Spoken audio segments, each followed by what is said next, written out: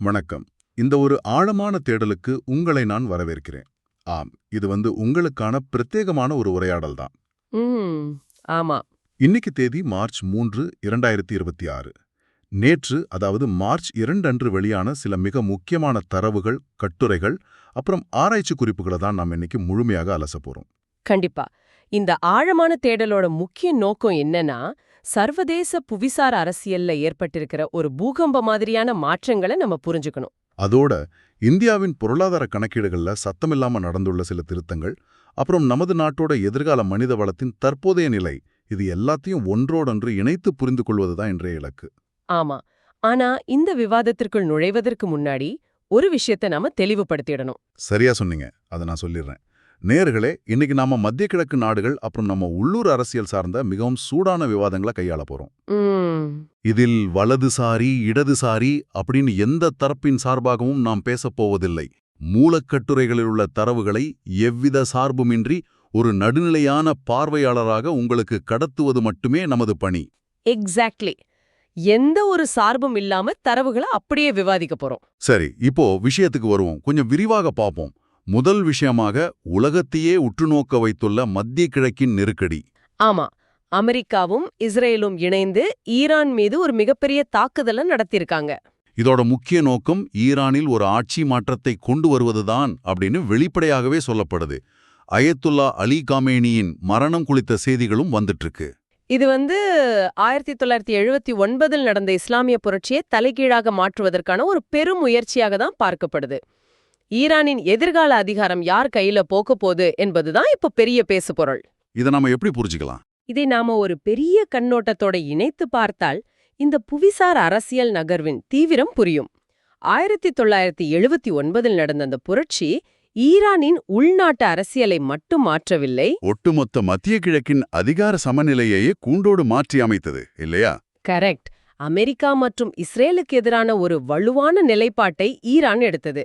இப்போ நடக்கும் இந்த ஆட்சி மாற்ற முயற்சிகள் வெற்றி பெற்றால் அது மீண்டும் அந்த பழைய அதிகார சமநிலையே மாற்றி எழுதும். இதுல ரஷ்யா, சீனாவுக்கு என்ன ரோல்? அதுதான் முக்கியமான புவிசார் அரசியல் கோணம். 1979க்கு பிறகு ஈரான் மெல்ல மெல்ல ரஷ்யா மற்றும் சீன பக்கம் சாய்ந்தது. பிரிக்ஸ் பிளஸ் அப்புறம் ஷாங்காய் ஒத்துழைப்பு அமைப்பு போன்றவற்றில் தங்களை இணைத்துக் கொண்டார்கள். அப்போ ஈரானில் இப்போ ஒரு அமெரிக்க ஆதரவு அரசாங்கம் அமைந்தால் அது மேற்காசியாவில் ரஷ்யா மற்றும் சீனாவுக்கு கிடைக்கப் போகும் ஒரு மிகப்பெரிய பின்னடைவு. உலகளாவிய அதிகார போட்டியில் இது ஒரு மாபெரும் திருப்புமுனை. இந்த இடத்துல ஒரு கேள்வி வரலாம். எங்கேயோ ஈரானில் நடக்கும் பிரச்சனைக்கு நான் ஏன் கவலைப்பட வேண்டும் என்று நீங்கள் நினைக்கலாம். ஆமா, இது ஏதோ ஒரு தொலைதூர பிரச்சனை என்று கருதினால் அது முற்றிலுமாக தவறு. ஏன்னா இந்த நிகழ்வுகள் உங்க வீட்டு சமையலறையையும் நீங்கள் பெட்ரோல் பங்கில் கட்டும் பில்லையும் நேரடியாக பாதிக்கப் போகின்றன. ஹார்முஸ் ஜலசந்தி முடக்கம் பத்தி சொல்றீங்க? ஆமா, உலகின் மிக முக்கியமான கடல் பாதையான ஹார்முஸ் ஜலசந்தி இப்போ முடக்கப்பட்டுள்ளது. நாளொன்றுக்கு சுமார் 15 மில்லியன் பீப்பாய்கள் கச்சா எண்ணெய் செல்லும் மிக முக்கியமான சப்ளை செயின் இது. இதோட நேரடி விளைவாக பிரெண்ட் கச்சா எண்ணெய் விலை தடாலடியாக $72 தாண்டிவிட்டது. சர்வதேச சந்தையில இது மிகப்பெரிய பதற்றத்தை உருவாக்கியிருக்கு. இது இந்தியா மேல எந்த அளவுக்கு தாக்கத்தை ஏற்படுத்தும்? கச்சா எண்ணெய் விலை $72 தாண்டி இருப்பது ஒரு புறம் இருந்தாலும் அந்த சப்ளை செயின் முடங்குவதுதான் நிஜமான சிக்கல். இந்தியா உலகிலே 3வது மிகப்பெரிய எண்ணெய் நுகர்வோர். நமது கச்சா எண்ணெய் தேவையில் சுமார் 88% நாம் இறக்குமதிதான் செய்கிறோம். உண்மைதான். இந்த ஹார்முஸ் ஜலசந்தி முடக்கம் இந்தியாவை பொறுத்தவரை ஒரு சிக்கலான சூழ்நிலை. ஆனா கச்சா எண்ணெய் விஷயத்தில் இந்தியாவிடம் ஒரு சிறிய தற்காப்பு அரண் இருக்கு. அதாவது நம்ம சுத்திகரிப்பு நிலையங்களில் 10 நாட்களுக்கான அவசரகால இருப்பு உள்ளது. ஆமா. அதோட ரஷ்யா போன்ற மாற்று சந்தைகளிலிருந்தும் நாம் சமீப காலமாக கச்சா எண்ணெயை பெற்று வரோம். ஆனா அந்த 10 நாள் இருப்பு என்பது கச்சா எண்ணெய்க்கு மட்டுமே பொருந்தும், இல்லையா? உண்மையான ஆபாயம் எல்பிஜி எனப்படும் நமது சமையல் எரிவாயு விநியோகத்தில்தான் இருக்கிறது. சரியா சொன்னீங்க.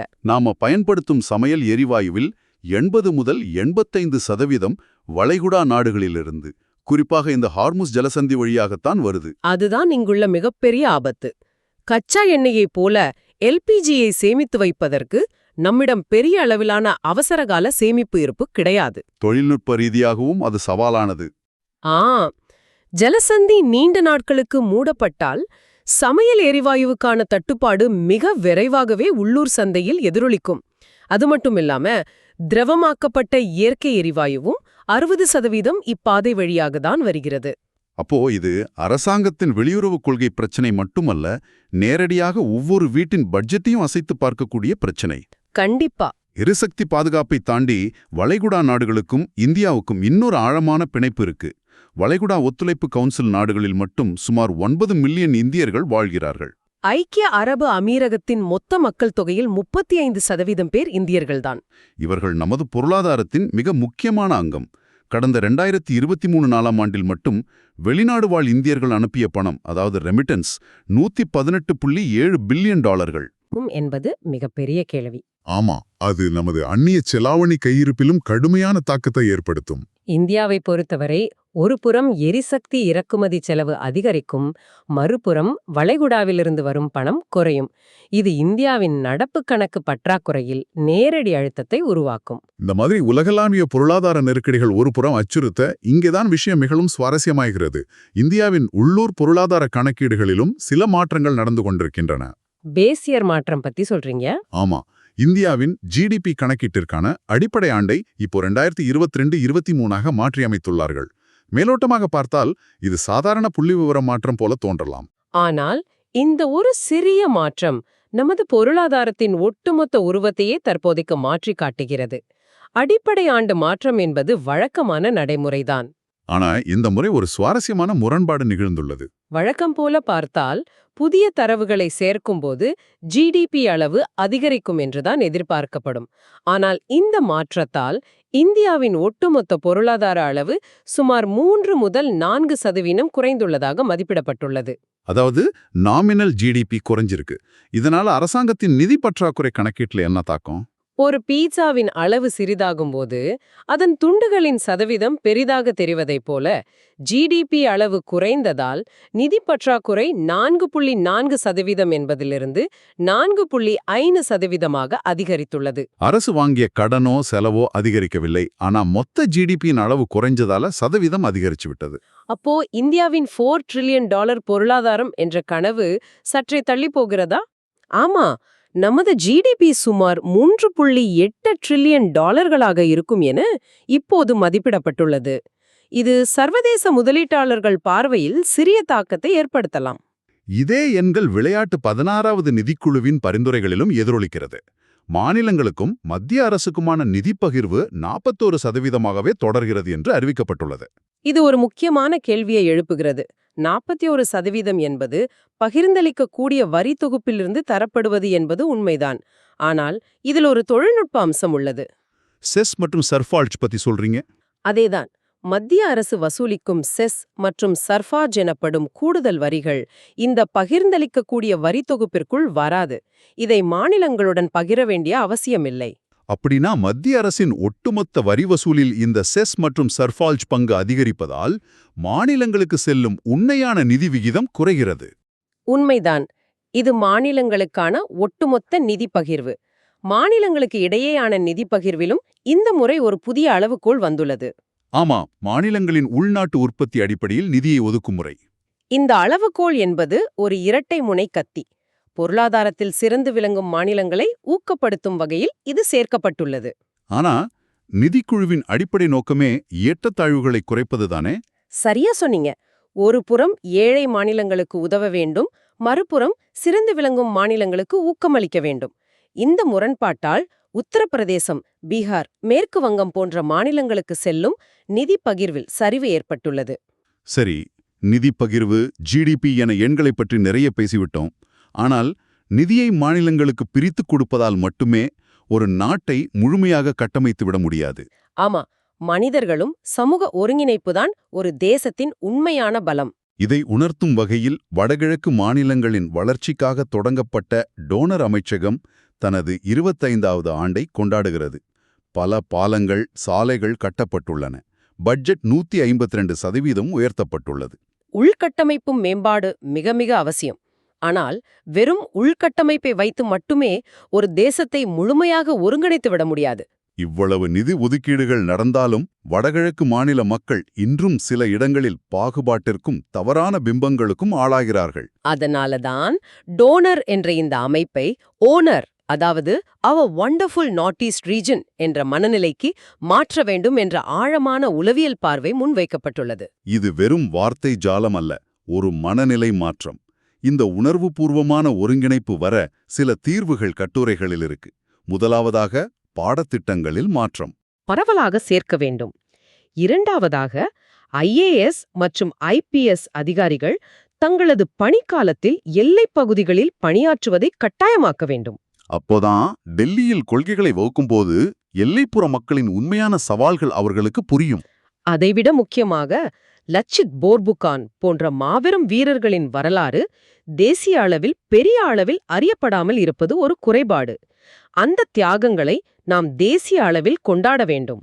நிலங்களை இணைப்பதை விட வரலாற்றையும் உணர்வுகளையும் இணைப்பதுதான் உண்மையான தேச கட்டுமானம். தேசத்தை கட்டமைப்பதில் இது எவ்வளவு முக்கியமோ அதே அளவுக்கு முக்கியமானது இளைஞர்களின் திறனை பயன்படுத்துவது. இந்தியாவின் மக்கள் தொகை ஈவுத்தொகை 2040க்குள் முடிவடையப் போகிறது. இது ஒரு பெரிய எச்சரிக்கை மணி. ஆமா, இந்த காலத்திற்குள் இளைஞர்களுக்கு நாம் சரியான திறன்களை கற்றுத்தரவில்லை என்றால் அது நமக்கு மிகப்பெரிய சுமையாக மாறிவிடும். ஸ்கில் இந்தியா திட்டத்தின் நிலை இப்போ எப்படி இருக்கு? சில புள்ளி விவரங்கள் மூலம் இதை புரிந்து கொள்ளலாம். சீனா மற்றும் பல ஐரோப்பிய நாடுகளில் உயர்கல்வி படிக்கும் மாணவர்களில் 50% பேர் தொழிற்கல்வி படிக்கிறார்கள். ஆனால் இந்தியாவில் அது வெறும் 1.3% மட்டும்தான். ஆமா, பல தசாப்தங்களாக நமது கல்வி முறையில் பட்டப்படிப்புகளுக்கு கொடுக்கப்பட்ட முக்கியத்துவம் தொழில் சார்ந்த திறன்களுக்கு கொடுக்கப்படவில்லை என்பதையே இது காட்டுகிறது. அதனாலதான் திறன் மேம்பாட்டு பயிற்சிகளை முடித்தவர்களில் வெறும் 41% பேருக்கு மட்டுமே வேலை கிடைத்துள்ளது என CAG அறிக்கை அதிர்ச்சியான தரவை முன்வைக்கிறது. இது ஒரு கட்டமைப்பு ரீதியான பிரச்சனை. இதற்கான தீர்வாக கட்டுரையில் 3 மிக முக்கியமான பரிந்துரைகள் உள்ளன. முதல் பரிந்துரை என்ன? மாணவர்களுக்கே நேரடியாக திறன் கடன்கள் வழங்குவது. அரசு நிதியை நேரடியாக பயிற்சி மையங்களுக்கு வழங்குவதற்கு பதிலாக மாணவர்களுக்கு கொடுத்தால் அது தரத்தை உயர்த்தும். அருமையான யோசனை. இரண்டாவது பரிந்துரை, திறன் வவுச்சர்கள். வாழ்நாள் கற்றல் என்பது மிக அவசியம். மாணவர்களின் கைகளில் வவுச்சர்களை கொடுத்துவிட்டால் அவர்கள் எப்போது வேண்டுமானாலும் புதிய திறன்களை கற்றுக்கொள்ளலாம். சரியா சொன்னீங்க. மூன்றாவது பரிந்துரை, நிறுவனங்களை பொறுப்பாக்கும் திறன் வரிகள். பெருநிறுவனங்கள் தங்களது லாபத்தில் ஒரு பகுதியை திறன் மேம்பாட்டிற்காக வரியாக செலுத்த வேண்டும். ஊழியர்களுக்கு முறையான பயிற்சி அளித்தால் அந்த வரிப்பணத்தை அரசாங்கம் மீண்டும் அவர்களுக்கே திருப்பி தந்துவிடும். இதன் மூலம் தொழில்துறையினரே நேரடியாக பொறுப்பேற்பார்கள். எக்ஸாக்ட்லி. எனவே இதற்கெல்லாம் என்ன அர்த்தம்? இன்று நாம் அலசிய 3 வெவ்வேறு விஷயங்களும் எப்படி ஒன்றோடொன்று பின்னி பிணைந்துள்ளன என்பதை பாருங்கள். ஆமா. சர்வதேச புவிசார் அரசியல் எப்படி நமது எரிசக்தி பாதுகாப்பை அச்சுறுத்துகிறது, GDP கணக்கீடுகள் எப்படி நமது நிதி திட்டமிடலை மாற்றுகின்றன என்பதை பார்த்தோம். அப்புறம் கல்வி மற்றும் திறன் மேம்பாடு எப்படி ஒட்டுமொத்த தேசத்தின் எதிர்காலத்தையே தீர்மானிக்கிறது என்பதையும் ஒன்றிணைத்தோம். கண்டிப்பா. புவிசார் அரசியல் நெருக்கடிகளை நாம் நேரடியாக கட்டுப்படுத்த முடியாது. ஆனால் நமது உள்நாட்டு மனித வளத்தையும் பொருளாதார கட்டமைப்பையும் பலப்படுத்துவது நமது கைகளில்தான் உள்ளது. உண்மைதான். இப்போ உங்களை சிந்திக்க வைக்கும் ஒரு ஆழமான கேள்வியோடு இந்த விவாதத்தை நான் நிறைவு செய்ய விரும்புகிறேன். ஹார்முஸ் ஜலசந்தி மூடப்பட்டால் கச்சா எண்ணெய் வராது என்று நாம் கவலைப்படுகிறோம். ஆனால் சிந்தித்து பாருங்கள், 2040க்குள் நமது கோடிக்கணக்கான இளைஞர்களுக்கு சரியான திறன் பயிற்சியை நாம் அளிக்காவிட்டால் அது எந்தமொரு மாற்று வழியாலும் சரிசெய்ய முடியாத நாட்டின் உள்நாட்டிலேயே உருவாகும் மிகப்பெரிய பொருளாதார முடக்கமாக மாறிவிடாதா? நிச்சயமா. ஒரு தேசத்தின் உண்மையான இருப்பு அதன் எண்ணெய் கடங்குகளில் உள்ளதா அல்லது அதன் இளைஞர்களின் கைகளில் உள்ளதா? மிக ஆழமான ஒரு கேள்வி. இந்த சிந்தனையோடு இன்றைய இந்த ஆழமான தேடலை நாம் முடித்துக்கொள்வோம். இந்த தரவுகள் உங்களுக்கு புதிய வெளிச்சத்தை கொடுத்திருக்கும் என நம்புகிறோம். மீண்டும் ஒரு ஆழமான தேடலில் சந்திப்போம். நன்றி.